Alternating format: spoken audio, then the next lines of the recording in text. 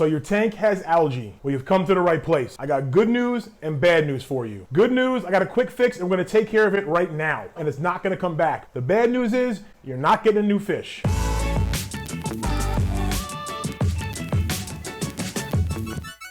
I've been there and you're there right now. Your tank has algae, maybe you scrubbed it off, you're not sure why it's there, but it's an eyesore and all you wanna do is enjoy your fish and you can't because your tank has algae. This one is gonna be super short and right to the point, quite frankly, because it's hot as heck in here and I'm like sweating, I'm not sure if you could tell.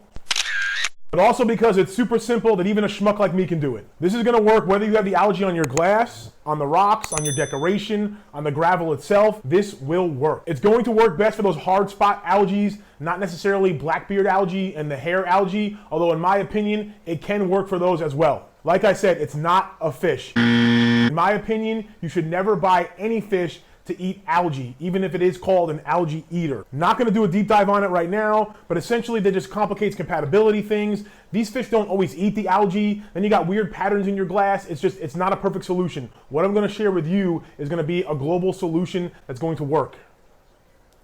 But first, I have a question for you. How long do you keep your lights on your tank? 12 seconds later. If you're not sure, or you said all day long, or you said whenever I like it, or it depends, or the tank sits in full sunlight, there is your problem.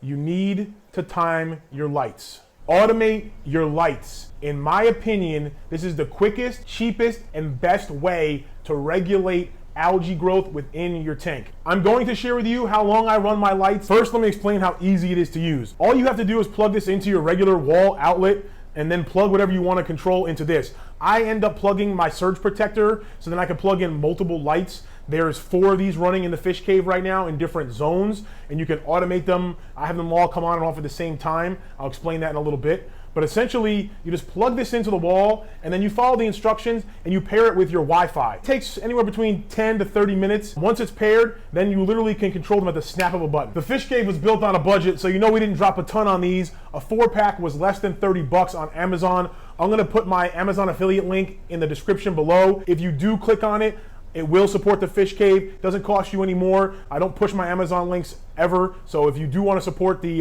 the fish cave, go ahead and purchase it. It'll help us out. If you want to support the fish keeping hobby, tell a friend about regulating their lights. That's the best thing you can do. If going the smart plug Wi-Fi route is not for you, don't worry, I got you. Analog timers still work just fine. You go ahead and just plug them right in, and you can set the time with this dial right here. I'll link one of these in the description below. They're under 10 bucks. My favorite way to set my lights is 2 separate periods a day, typically 1 in the morning when I'm doing my feeding and 1 in the evening when I'm doing my feeding, for anywhere between 2 hours to 3 hours. That's how I do it. Don't quote me on this, not exactly sure, but I've read that algae has a more difficult time growing with the 2 distinct periods as opposed to 1 longer period. If you already regulate your lights and you're still having an algae problem, it's probably because there's a nutrient imbalance in your tank. Look to feed less.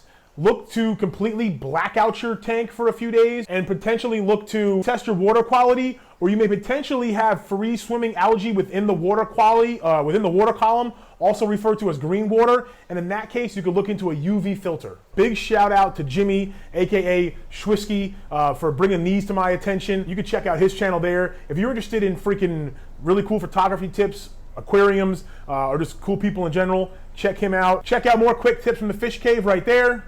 As always, I appreciate you guys watching to the end. Stay positive and stay passionate. Off.